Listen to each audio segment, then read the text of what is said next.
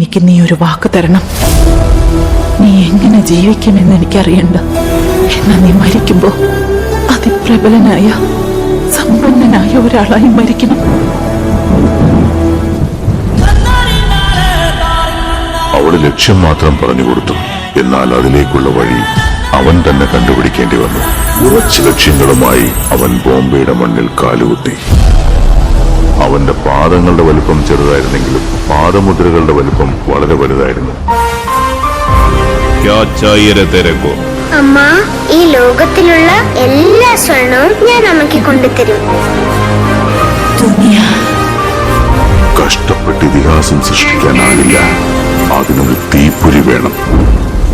ഒരാനയെ നീ കൊല്ലണം.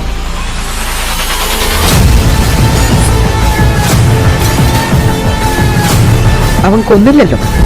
അതിനർത്ഥം നിങ്ങളുടെ ഹീറോ തോറ്റെന്നാണ്. മുറിവേറ്റ സിംഹത്തിന്റെ ശ്വാസം ഗർജനത്തെക്കാൾ ഭയങ്കരമായിരുന്നു. ആരെ കൊല്ലാൻ വേണ്ടിയാണോ എന്നെ വിളിപ്പിച്ചത്, അവനെ കൊല്ലാതെ ഞാൻ തിരിച്ചു പോകില്ല.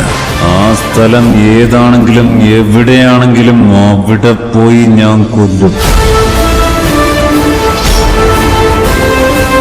പാവങ്ങളുടെ ചുടുരക്തം കുടിക്കുന്ന നിർദ്ദയരായ ഭൂതങ്ങൾ, സ്വന്തം ശവമഞ്ചം സ്വയം ചുമന്നു നടക്കുന്ന ശപിക്കപ്പെട്ട ജന്മങ്ങൾ, സൃഷ്ടാവിൽ വിശ്വാസം നഷ്ടപ്പെട്ട നിർഭാഗ്യവാന്മാർ.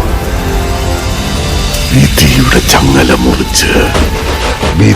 ചങ്ങല മുറിച്ച് നെഞ്ചു വിരിച്ച് അഭിമാനപൂർവം തല ഉയർത്തിയ നിമിഷം മാഹാത്മ്യമേറിയ ഒരമ്മയിൽ നിന്നുള്ള മകന്റെ ജനനം.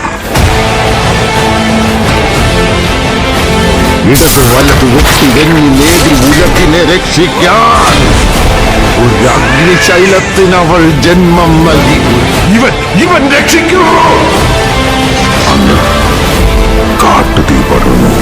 നിന്റെ പുറകിൽ 1000 പേരുണ്ടെന്നുള്ള ധൈര്യം നിനക്കുണ്ടെങ്കിൽ നിനക്ക് ഒരു യുദ്ധം ജയിക്കാനാവും. എന്നാൽ നീ മുന്നിൽ നിൽക്കുന്നു എന്ന ധൈര്യം പുറകിൽ നിൽക്കുന്ന 1000 പേർക്കുണ്ടായാൽ ഈ ലോകം നീ കീഴടക്കും.